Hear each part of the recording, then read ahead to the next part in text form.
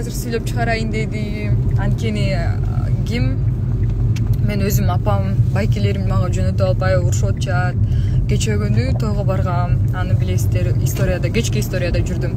Анан тойго баратып мен метрого мурункусунан кыздар менен түштүм. Экинчи жолу кече күнү барышым, бирок кече күнү жалгыз кеттим. Анан баягы метродон адашып кетпейин деп коркуп, анан улам переход кылган сайын бирден уточнить этип сурап аттым да, ушул точно ушул жака барабы деп. Анан үчүнчү переходдон акырында бир байкеден сурап калган элем, барып адрести сурап, ошону тартып алып, жөнөтүштүр, типа Нагима ким менен жүрөт деп. Ошон үчүн мына азыр кетип баратам, такси байкеде кыргыз экен, жаман ойлогула. Сүйлөп кое бериңизерби? Ассаламу алейкум. Кыздарбы? Кыргызстанга салам дейсиз. Кыргызстанга салам, Москвадан. Москвада таксистер көп да, жалаң кыргыздар көп. Бул видеону эмне үчүн киргиздим? Анткени жаңы эле айтып кеткендей, басканымды кадамымды тартып киргиздиришет экен. Мен ал жерде жаман айым жок болгону адрести сураганмын. Кыргыз байке болчу экен. Мага кыргызды кыргыз алсаң таныйт дегендей болуп.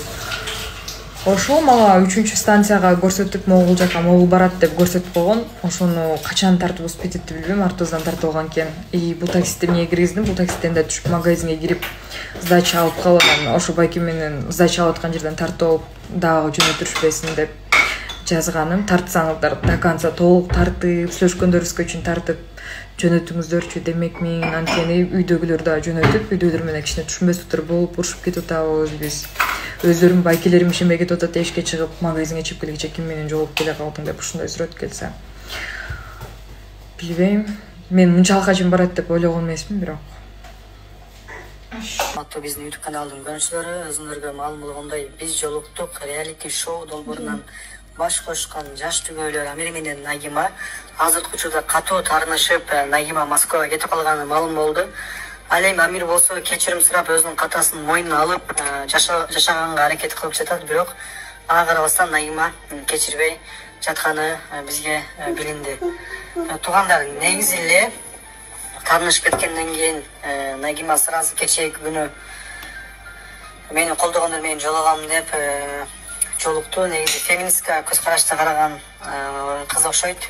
Буга чейин эле Токтоолдун өзүнө турмушка чыкканда аны ачыкка чыгып кетти, жашырып турду.